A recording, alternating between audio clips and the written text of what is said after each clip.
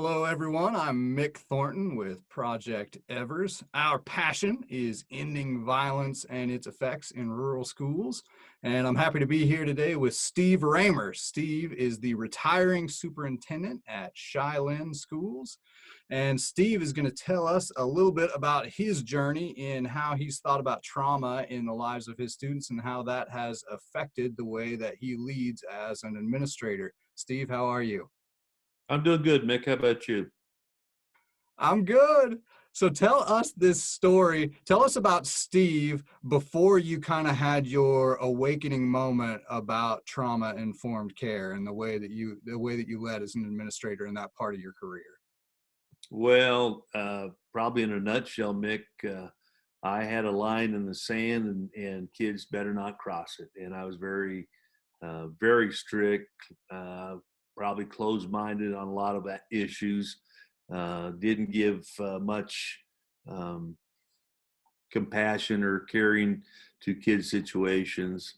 And probably the first time that I ever realized that my life was different than a lot of these kids was I had a kid in my office, and I asked him the question. I said, "What would your dad say?" And he looked at me with this face like, "Huh?" And he says, "I don't know." He said, "I don't even know who my dad is." And that struck me really hard because, of course, I had a father. My dad had a father, and of course, my kids have a dad. And I thought, wow, that never thought about that. Um, so from that day forward, I always started looking in power school. Did the kid have a dad, have a mom, whatever the case might be, kind of have a little background on the family. So that started my process of looking at kids and situations different, having um, some compassion, some caring. And so instead of a strict, uh, you know, I didn't even probably wouldn't say 3 strikes you're out. It was probably 1 strike and you're out. Gave me some time to reflect. And then um, when I was at the elementary, my second tour of duty at the elementary, I had a parent come to me and said, "If you ever get a chance to watch the film Paper Tigers, watch it." And so um, I purchased it and watched it one night, and I was just blown away because it was about a high school that took in troubled kids and those who had trauma, and I just kept thinking about all the kids in that high school, but I also started thinking about the kids I had in my school presently that had a lot of the same issues. And for years, I've stood outside the school and welcomed kids into the building, but um, started thinking about the kids who were there at school before I was, the kids who'd walk up the walk and have bed hair or have the same clothes on all week. And I do remember one of my principals that I had early in my career who um, would always tell the staff when they complain about kids being to school so early, he says, "Be thankful they come here because it's a safe place." And that really never resonated with me until after I got this revelation or whatever you want to call it. But it made total sense then. And so I just started looking at kids differently in the sense that coming to school and doing their homework, small detail in the scheme of life for them. More importantly, they were looking for somebody that um, they could trust, they could talk to, that they felt a part of something. And so my approach just came a little different. Instead of maybe being a yeller or screamer or holler, I try to be more calm, cool, and collected. And so I'd say my last 6 to 10 years, I've tried very hard at doing that. And I'm not going to say it's been easy because there's times the old Steve wants to come out and the anger, the frustration comes out, but I've really tried hard not to do that. And I think it has helped. It's helped me understand kids more. And I think it's done a good job of helping kids calm down and understand the situation. You know, I've seen Ruby Payne a couple of times. I love her message. But just it goes back to the old fact of treat others the way you want to be treated. And like I said, I had changed my ways because I just knew I wasn't being as effective or as useful to kids as I probably could. Talk to me about some tactical changes that practically affected as far as how you led your schools and how you responded to kids. Well, a big part of it is when a kid would come in and they were sent to me for the office for whatever reason. A lot of times I just say, just take a few minutes, catch your breath, whenever you're ready, we'll talk about it. And uh, that was probably the first thing I did that made a difference. I noticed that I gave kids the opportunity to talk when they were ready, not what are you here for?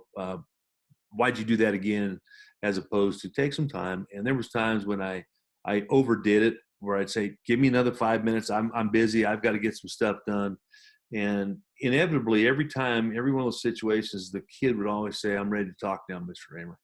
And so kind of backed off, let them kind of do it on their schedule when they calm down. I know that was highly effective. I know that the other thing that I've done for the last 5 years or so is I'd sit next to kids and talk to them.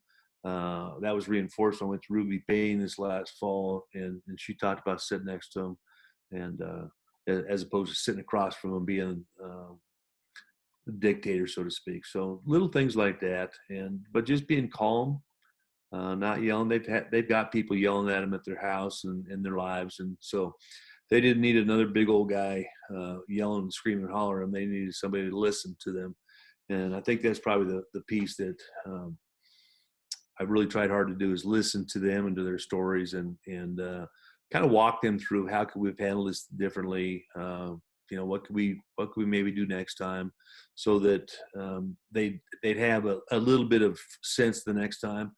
I always offered up for years. I offered up to kids, if you feel yourself starting to feel anxiety, getting mad, whatever, excuse yourself and come down to my office, sit in my office, and I said, you can scream, yell, and holler all you want. I'd rather have you do it here than in your classroom, get in more trouble. So I tried to give them an out, and I've had kids take me up on that, and I think after they did it the first couple of times, they felt better that, hey, they weren't in trouble. They could come down here and vent and get it off their chest, and hopefully save them from some other repercussions that they had experienced earlier in their lives. How do you feel like in this latter part of your career when you made that transition? How do you think the role that you were able to play in those kids' lives changed, like from the kids' perspective? Well, the one thing that I can say that kids who I've had in the past, who I would say they got to know me on a personal basis because they saw me so much. I had a situation where I had a former student that I walked into the store, and she was, "Hey, Miss Raymer, hey, Miss Raymer, Miss Raymer," and I was like, "Oh my gosh, no, please no!" And I was just waiting for the bad things to come out, and she made the comment to me. She said, "Hey, Miss Raymer, guess what? I just got out of jail." And I said, "Well, I mean, I knew that because I'd seen the Bastille log and all that."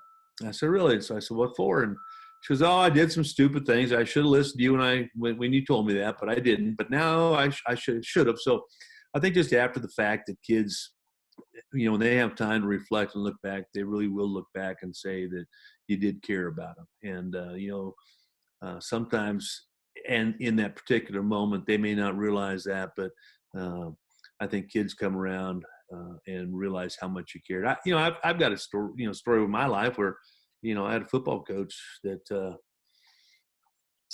didn't let me play, and I didn't know why. I was mad. I mattered heck at him, and for probably 15, 20 years, I just thought he was the meanest man in the whole wide world until I started thinking about it one day, and I thought, maybe he knew something about me. Maybe he knew that was a way to motivate me, to tell me I couldn't play, I wasn't good enough, and all that. And I don't know if that's true or not, but it changed my whole perspective on him. And I actually thought, well, he obviously knew me better than I thought he did. So don't hate him anymore. Don't bad talk him. I mean, I look back and say, hey, thanks, Coach, for looking out and caring for me. And I think that's the key too, is that you may not know that you're affecting some kid's life in a positive way until after, a few years may have gone by. So I think after the fact, they'll let you know somehow, some way. And, if they don't tell you personally, maybe they will react to a kid or another person in a kind and more thoughtful way